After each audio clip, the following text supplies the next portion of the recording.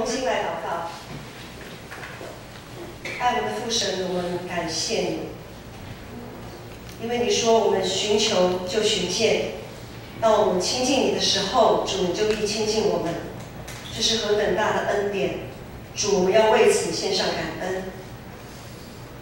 上帝，我们今天要再一次聆听你对我们所说的话语，主，我们感谢你这么宝贵的话语，你就这样子白白的赏赐下来，让我们可以在你的话语当中重新来思考，重新来定位，重新走属天的道路。我们为此献上感恩，祷告都是奉靠我主耶稣基督的名。今天是禾堂礼拜，我们通常要碰到大节期的时候才会举行禾堂礼拜。那今天有很多的青年来到这里，所以今天容许牧师用大部分、绝大多数的人都可以听得懂的语言来证道。对一寡时段实在真歹势，因为想讲若要听道理，要大家听得清楚，安尼才袂拍算。好，从这个月以来，我们的读经进度非常的有趣。我不晓得大家有没有发现，在牧师所属的那个小家，我们的小家群组里面就有弟兄姐妹在讨论说，哇，这一个月以来的那个读经进度未免太过于让那个心情非常起伏，落差很大。怎么说呢？最后这一季，我们一开始我们就读启示录，我们看见上帝严厉的审判，还有光与暗的交战，以及我们在最后对于最后终末的那个盼望。这是多么大的一个画面，多么澎湃的一个场景。启示录读完，突然变到雅歌，来读雅歌。雅歌是跟上帝谈情说爱的一首诗歌。在查经祷告会里的时候，牧师也说，通常歌雅歌就好像我们以前那个年代，在上健康教育课的时候，总是有几课要略过不看，因为看了会脸红，好像不太适合看。好，但是我们要这样想，当我们面对启示录这么严厉的考验跟审判的时候，如果我们没有跟上帝有一个合一的爱情，如果我们没有跟上帝有个浓烈的爱情，我们怎么样去通过这个考验？我们怎么去通过在人生当中许许多多的考验？好，雅歌之后紧接着甜言蜜语谈完了，紧接着我们又读什么？还记得吗？耶利米哀歌。哇，又是非常壮烈、惨烈的一卷书。这卷书形容着国破家亡、被掳、漂流的那样子的苦难，怎么样在那样的苦难当中安静等候，并且依靠。当然，要能安静等候依靠，也必须首先我们要跟上帝要有一个非常好的关系。所以从启示录、雅歌到耶利米哀歌一路读下来，这3卷书，圣经里面66卷书，我相信这3卷书通常一般来讲不是基督徒会常去翻阅的3卷书。可是我们会发现，从这一季的读经进度，我们来看这3卷书实实在在，它所描绘的场景，很真实的跟我们的生活连接在一起。连续几卷书看起来又非常陌生，甚至于很生硬、读不懂的书卷，其实离我们一点都不遥远。读完了启示录、雅歌、耶利米哀歌，接下来这个礼拜我们读的是路得记。路得记相信也是许多的基督徒耳熟能详，不用花1个小时就可以马上读完的一卷书。为什么不用花1个小时就可以马上读完呢？因为读它就好像读小说一样，看似温馨感人的故事，其实里面却是紧张刺激，毫无冷场，充满丰富的信息。这里面短短的4章《路得记》的记载，它的信息非常的丰富。今天牧师不带大家从路得的角度来看这卷书。今天我们要从最佳女配角，最佳女配角，你觉得是谁？拿俄米。对，我们今天就从最佳女配角拿俄米的角度来思考，上帝要告诉我们一些什么。路得记是描述一个住在伯利恒一个家庭的故事。当时伯利恒这个地方发生了不只是地区性的饥荒，应该是非常广泛大范围的一个饥荒。所以这个家庭呢决定，因为饥荒就没有粮食，所以这个家庭决定要迁移，他们要移民啊，他们准备要移民。伯利恒已经没有粮食，他们要移民到其他的地方，让他们可以继续生存下去。于是他们走着走着，他们就走到了摩押这个地方。全家移民其实是一个非常困难的决定跟挑战，特别是他们走到了摩押这个地方。摩押这个地方的人其实对以色列人并不友善，以色列跟摩押其实算是有点算是世仇的那样的关系。但是为了生存，没办法，他们就是得移民到摩押，勉为其难。不多久，水土不服，这个家长很快的他就死了。这个家庭本来有个家长，就是拿俄米的先生拿俄米跟2个儿子，他们4口人迁到摩押。好，现在家长死了，剩下拿俄米跟2个儿子。2个儿子呢，就娶了当地的摩押媳妇，2个摩押的女子。还没有生下后代，大概10年左右的时间，2个儿子也相继过世。哇，这个移民的家庭真的非常的悲惨。现在还剩下这个家庭剩下哪些人？剩下3个新姑啦，3个媳妇。但是这3个媳妇呢，从婆婆到2个媳妇都是寡妇，她们都必须要守寡。在当时以父权为重、重男轻女、男主外女主内的文化背景里面，当然我们现在这个时代已经很难想象了，或许老一辈的还可以想象说，哦，当时就是对啊，男主外女主内啊，爸爸说了算，好，或者是阿公爷爷说了算这样子。但是在当时并不是这样，3位寡妇的生活，他们顿时陷入了困境。就在这个时候，婆婆拿俄米她又听到了什么消息？她听到了一个消息，就是之前他们的故乡伯利恒不是饥荒，可是后来呢，这个饥荒过去了，他们又开始有丰富的粮食。因为伯利恒这个地名，它就是代表是粮食之家、面包之屋，就是个粮食非常丰沛的地方。他听到了这个消息以后，他做了一个决定，他决定要返回自己的家乡，返回自己的故乡，返回上帝所赐给他们的应许之地。好，在返乡的路上，拿俄米心里不断的盘算。那个时候没有高铁，也没有台铁，也没有客运，只能用走路的11路，坐11路就走着，他心里在盘算什么呢？他在想这些年来他在摩押地这个地方经历被歧视的痛苦，文化、语言、宗教、种族都不一样。他就在想，当他带着2个媳妇，而且是摩押地，我们讲的外籍新娘，回到伯利恒的时候，一定也不会有人愿意接纳这2位外籍新娘。刚刚说过嘛，以色列跟摩押地其实他们是彼此蛮敌视的。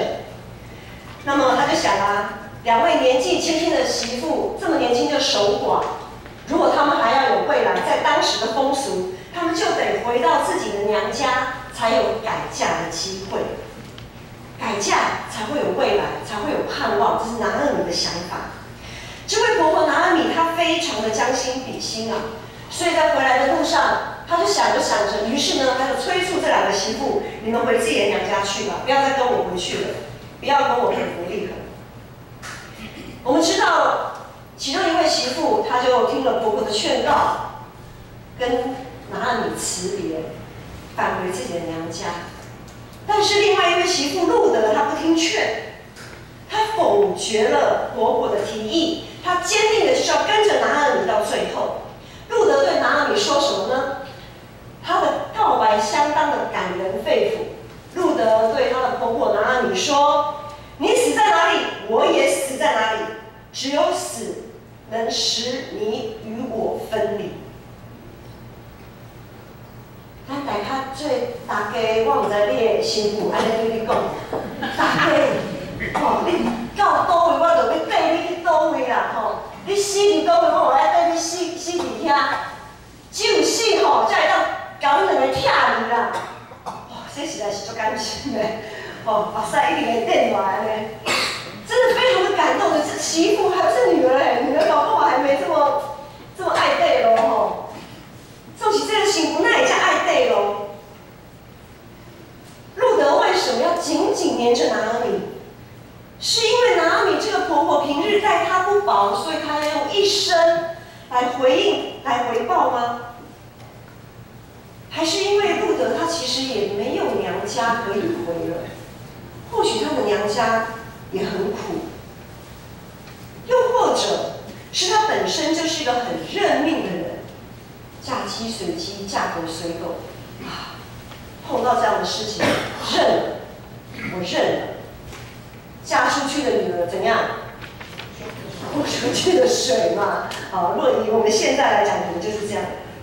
我们不知道为什么路德会做这样子，这么打从心里这样子的告白。我想每一个人在下每个重大决定的时候，他的内心的动机其实是相当复杂的。但是对拿俄米来说呢？对拿俄米来说，路德的存在对当时的拿俄米到底是信还是不信？路德这么掏心掏肺的说：“婆婆，我要跟你跟到底。”婆婆的内心真的非常的感恩吗？我们想一件事情：谁出国移民不想风风光光的回来？今天如果我们是出国移民的，如果没有风风光光的回来，总觉得好像面子挂不住。谁不想风风光光的回来？如今拿俄米什么都没有，还外挂一个不被本地人接受的外籍新娘。这下子要解释的东西可是没完没了啊！如果路德不跟着拿俄米回来，或许他可以随口说就命运不好，就拄到这些代志，他可能也不会说我的2个儿子娶了模样的媳妇，讲一大堆，然后生不出后代，然后什么什么什么的，他可能就自动略过，不要讲了，避重就轻。可是今天路德硬是要跟着他回来，拿俄米的心情真的是复杂到不行。在圣经的记载中，拿俄米一直是个顺服、没有声音的妇人。他并没有让他心里深处那个想法不断的发酵。对于路德一反常态的坚持，这个婆婆拿俄米只能默然的接受。他心里想：好吧，既然你要这样子这么坚定的跟着我，那我也无话可说。所以拿俄米他就带着路德一起往回乡的路，一起往应许之地出发，继续前进。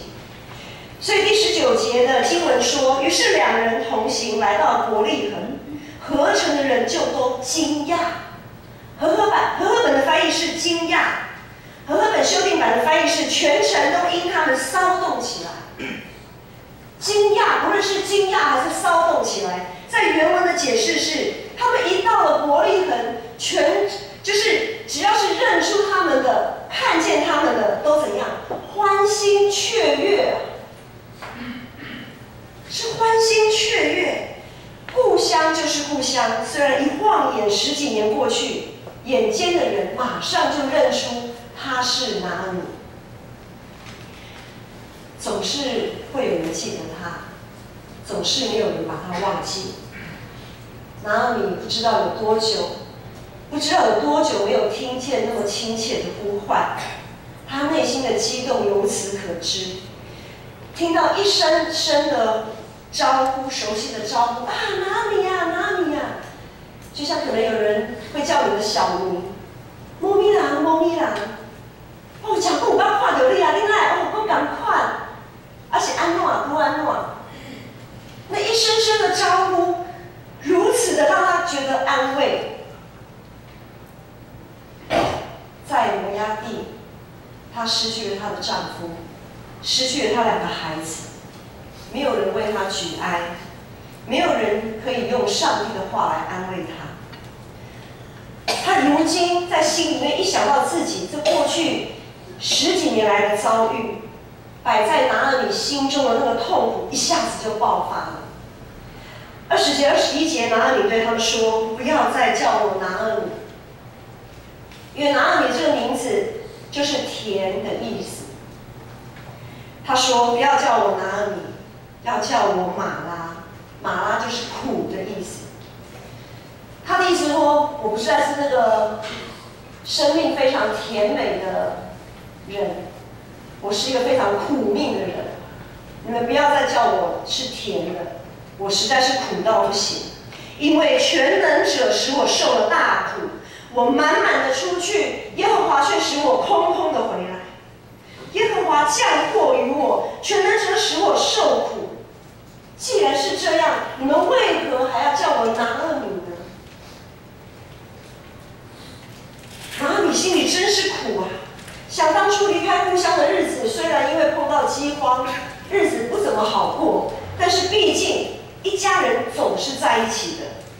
若不是感觉活不下去，若不是觉得快要走投无路了，谁愿意千里迢迢带着全家移居他乡，到一个不友善、被歧视、人生地不熟的地方？如果真的不是走不下去了，谁愿意如此？他只能说自己的命不好，他也没有做错什么啊，可是为什么上帝要让他碰到这些事情？如今丈夫儿子相继离世，她自己觉得将孤单的终老一生。拿俄米内心既激动又痛苦，她的心情混乱到了极点，脱口就说出：“她满满的出去，上帝却使她空空的回来。”空空的回来。他痛苦到一个程度，他忘记了他身边还有一位谁？还有一位摩押媳妇路德，可能才在前几天跟他说，只有死才能使你我分离。他痛苦到一个地步，他忘记了还有一个路德陪着他。当一个人沉溺在痛苦当中，很容易忽视身旁还有的东西。当我们生命走到一个好像一个尽头，我们会被整个黑暗笼罩，我们会觉得好像一点光都没有。他忽视了身旁还有的东西，而且当时或许路德对拿俄米来说还是另外一个重担。但圣经的作者不管怎么样，不管拿俄米是为了什么忽略了路德的存在，圣经的作者就好像一位明眼的旁观者，旁观者清，他提醒我们拿俄米所忽略的事情。所以在第22节，圣经今天的经文22节说，拿俄米从摩押地回来了，他的媳妇摩押女子，再一次被强调，摩押女子路德跟他在一起。现在我们要把路德记暂时停在这个地方，因为我们今天也读到这个地方。好，我们不知道拿俄米跟路德的未来，我们同时替这2位寡妇非常的感到担忧啊。对国力横陈的人来说，一位是已经失联许久的拿俄米，另外一位呢，是他们搞不清楚到底这个身份是女仆吗？是婢女吗？还是怎么样？怎么旁边有一位这么不熟悉的人？对他们而言是这样，但是对我们而言呢？从牧师刚才一路讲这些故事到现在，拿了米跟路德的故事，是不是我们也发现有些事情，其实我们会在他们的身上看见自己的影子？拿了米的困境，其实如今我们都可以看到。当初他们举家面对饥荒，在现在的台湾，经济不景气，为了生存，为了工作，许多人要到外地，或者是我们以台北市，我们这边是台北市，很多人会从外地来到台北市找工作、读书，或者我们在台湾，我们为了工作，我们到国外去，我们成为所谓的外劳。为了读书，为了工作，为了求生存，为了我们的未来，我们也会好像面对饥荒一样，我们迁移到外地去。然后她面对自己的丈夫跟2个儿子的死亡，我们现在也常常在面对死亡，大环境的污染，各种疾病缠身，许多的罕见疾病不断的跑出来。癌症现在好像感冒一样，常常听见。文明病所造成的社会成本，也几乎快要拖垮我们的健保制度。医疗的有限，我们常常好像在跟死亡在争斗。然后他面对他失去亲人，他没有后代这样子的痛苦，我们其实也常常像拿了米这样，现在离婚率攀升，家庭功能丧失，亲子关系不佳，子女自顾不暇，或者是子女因为工作、求学的关系，他们没有在我们的身边。有小孩跟没有小孩好像没什么差别，有另一半跟没有另一半好像也没什么差别。有的时候还可以吵架，可是对有些家庭来说，可能连个吵架的对象都没有。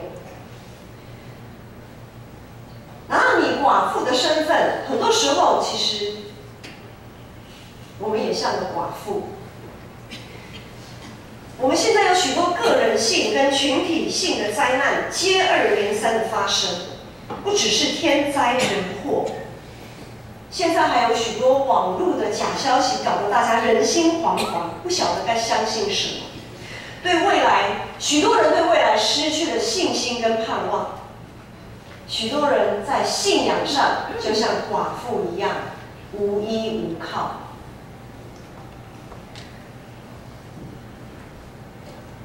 当苦难接二连三的到来，我想，不只是饥荒、死亡，没有亲人，没有后代，我们像是个寡妇，这样子的苦难接二连三的到来，我们是否会像拿俄米一样，只专注在自己的悲痛当中，只专注在自己失去的当中，对自己甚至对上帝都不抱有任何期望？在过去生命当中，上帝放下许许多多恩典的记号，好像变得微不足道。曾经经历过的那些恩典，也都随风而逝。我们忘记了上帝的慈爱永远长存。很多时候，我们忘记了上帝的慈爱永远长存。弟兄姐妹，我们一定要记得一件事。即使我们忘了上帝，但是上帝始终没有忘记我们，就像他始终没有忘记拿俄米一样。怎么说呢？上帝在拿俄米丧夫丧子的时候，失去依靠的时候，他让拿俄米听见了一个消息，还记得我刚刚说的吗？他让拿俄米听见耶和华上帝眷顾伯利恒，让伯利恒度过了饥荒，又再度有粮食，所以拿俄米才起身返乡。上帝让拿俄米听见了这个消息。再来，上帝让伯利恒城的人用热切欢喜的心迎接拿俄米，安慰了拿俄米的无助，也释放他内心这十几年来日积月累的自责、彷徨跟痛苦。上帝激动了这些伯利恒城人的心，欢喜迎接他。而且上帝让他返乡的时刻，正好是收割大麦的时候。按照以色列的习俗，他可以捡拾孤儿寡妇，他可以捡拾别人田间掉落下来的麦穗，他可以以此为生，他不至于断粮，这让他有機會可以继续生存下去。不论是主动，不论是那些伯利恒城主动看见他、迎接他的人，还是大麦田，拿俄米身心灵的需要，其实上帝都供应他。当拿俄米觉得自身难保，还要照顾身旁的路德这看似多余的存在，当我们继续把路德记看完，我们就会知道，路德却是上帝赐给他很重要的一线生机。当我们像拿俄米经历沧桑、前途茫茫的时候，实在是苦啊！在世界，我们确实是苦的，但是在耶稣基督里，我们绝对可以是甜的。弟兄姐妹，现在的你是苦还是甜呢？今嘛你是苦还是甜？甜。感谢主。我想，是否有些人，今天上帝的话要来安慰你们？是否你们痛苦到一个程度，可能像拿俄米一样，忘记了上帝放在我们生命当中那些恩典的记号？因为许多痛苦的记忆，一直深深的扎在我们的心里，很难被抹灭。全能者耶和华上帝，他必以慈爱诚实恩待凡寻求他的人。因为主说：“祈求就得着，寻找就寻见，叩门了就给他开门。”我们不会是寡妇，因为我们有我们的主可以依靠。我们也不会再遇见饥荒，因为耶稣是我们生命的粮。我们不会再有死亡悲伤，因为在基督里一切都将更新。我们不再体验到那失亲无后的痛苦，因为在耶稣基督里，我们是彼此断不开、彼此连结在葡萄树上的肢体。今天有一些社区的朋友一起来参加礼拜，不论你是否相信上帝这位宇宙的主宰，他都掌权。我们要为着上帝放在我们周遭的人事物献上感恩，为着我们还能一起欢笑、一起哭泣献上感恩。就算是吵架，我们也要感恩，因为我们会吵架，就代表我们还在乎，我们还在乎彼此。许多看似昙花一现、微不足道的恩典，都是我们生命的能量。上帝是我们永远的靠山，在过去，他能为拿俄米开出一条道路；在今天，他也必为我们在耶稣基督里再为我们开道路。今天是感恩节主日，透过拿俄米的故事，我们是否有回想我们这一生，或者我们把时间拉近一点，就在我们这一年当中，我们是否有回想起一些恩典的记号，回想起上帝的眷顾？今天是感恩节主日，我们今天有进行感恩节的特别奉献。除了我们一般的主日奉献以外，我们今天还又加了一个感恩节特别奉献。待会儿我们在音乐声当中，我们要来一起把我们的感恩。今天牧师有献上我的献心卡。牧师的献心卡上面说：“我感谢上主赐给建成一群活泼热情、求新求变，在真道上不断精进，愿意委身服侍的好同工、好肢体。”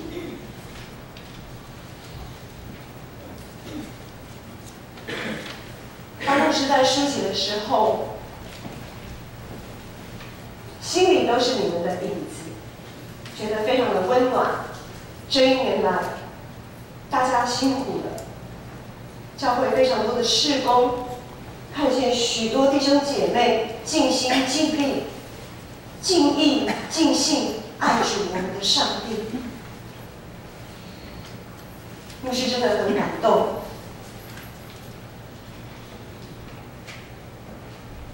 也求主纪念每一个弟兄姐妹所做的，因为有你们这一群好弟兄姐妹，成为牧师在牧养上非常强有力的后盾。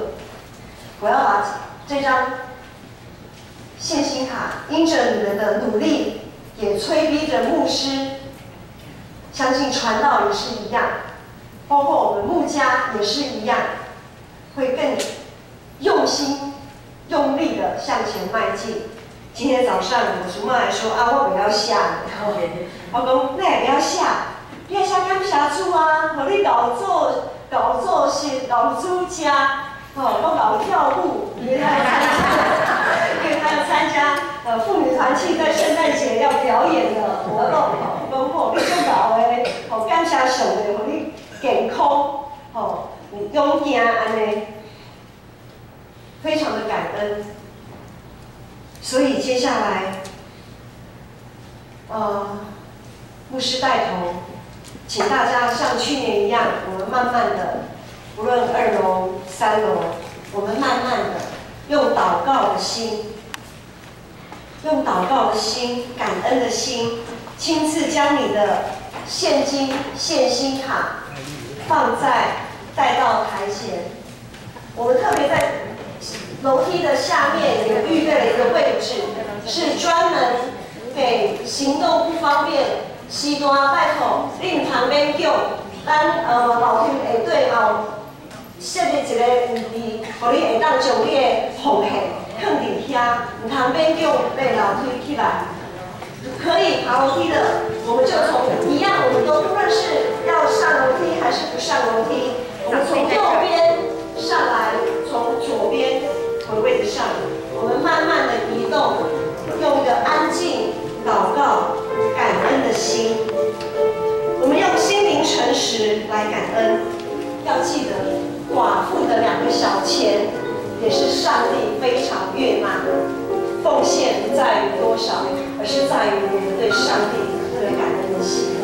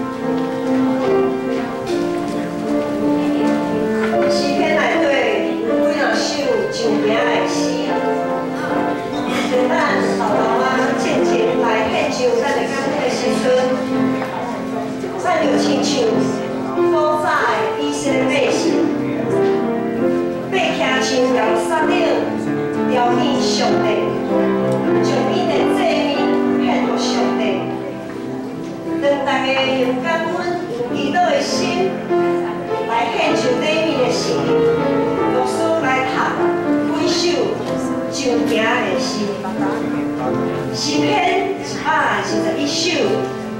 爬行像耶路撒冷的心，上野的心。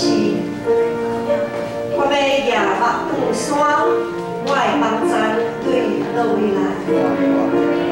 我的网站对上主来，伊是创造天地的主，伊袂互你滑倒，你的保护者袂拄你。 以色列的保护者为主名，嘛为困去。上主是你的保护者，伊伫你身边做应付来保护你。即时，这头会伤你，彼时也会害你。上主会保护你，脱离逐款灾难。 伊会保护你的性命，你出你入，上主会保护你，对这事会到耶和华。诗篇121篇上行之诗。我要向山举目，我的帮助从何而来？ 我的帮助从造天地的耶和华而来，他必不叫你的脚摇动，保护你的必不打盹，保护以色列的也不打盹，也不睡觉。保护你的是耶和华，耶和华在你右边应庇你，白日太阳必不伤你。 夜间，月亮必不害你。耶和华要保护你，免受一切灾害。他要保护你的性命，你出，你入。耶和华要保护你，从今时直到永远。我们还会有儿童主日学的小朋友。 可以跟我们一起来献上感恩。我们有父母大手牵小手，带着我们孩子一起来朝见上帝。诗篇4篇，爬行像耶路撒冷的心，带领所做。以色列讲，咱是上主伟大，咱是上主伟大。 人起来攻击咱，对咱发生气的事，早就甲咱活活吞落去。大水早就甲咱冲走，大影早就淹没咱，凶猛的水早就甲咱淹死。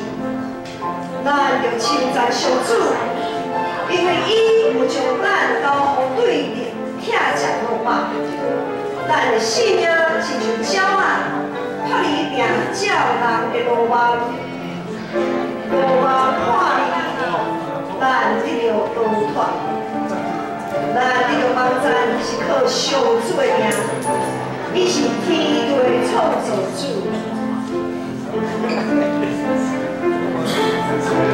诗篇124篇，大卫上行之诗。 以色列人要说：若不是耶和华帮助我们，若不是耶和华帮助我们，当人起来攻击我们，向我们发怒的时候，就把我们活活的吞了。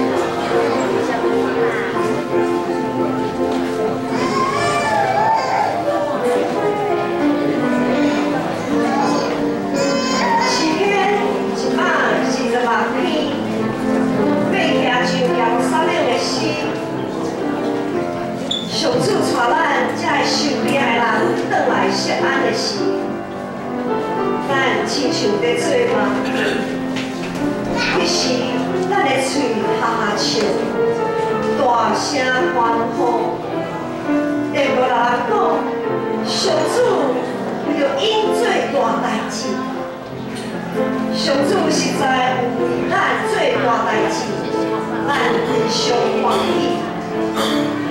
上主啊！ 求你，互阮这个受惊的人倒转来，亲像南风高山地有溪水高热闹，流目屎也真挚的画出欢喜的声受大，流目屎带真挚出去的，会带伊的面粉欢欢喜喜倒来。诗篇126篇，上行之诗。当耶和华将那些被掳的带回西安的时候，我们好像做梦的人。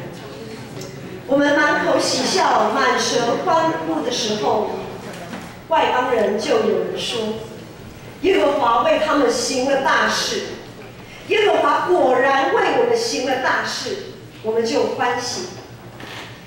耶和华啊，求你使我们被掳的人归回，好像南地的河水复流。流泪撒种的，必欢呼收割；那带种流泪出去的，必要欢欢乐乐的带禾捆回来。我们一起来献上祷告。爱我们的父神。 我们曾经被掳，我们曾经漂流异乡，好像寡妇无依无靠。在我们的生命当中，许多的苦难接二连三接踵而至，好像黑暗包围着我们，我们看不见前面的道路。但是主，我们仍要献上感恩，因为主。 我们知道，你眷顾我们，就像当时眷顾拿俄米一样。你总是为我们开道路，你总是在我们被黑暗包围的时候，你可以让我们看见那盼望的真光。主啊，谢谢你！今天我们奉献我们的心，奉献我们的金钱，我们所能回应的是这么的微薄。 但是主，你乐意看见我们全心、全力、全意的奉献。主，谢谢你，谢谢你这1年来、这几十年来、这一生当中的眷顾。主，我们献上感恩。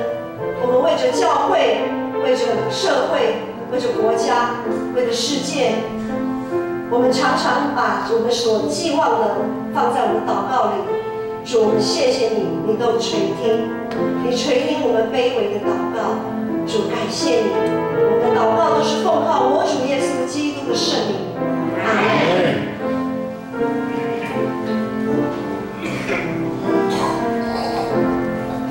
咱这是要用信息、信。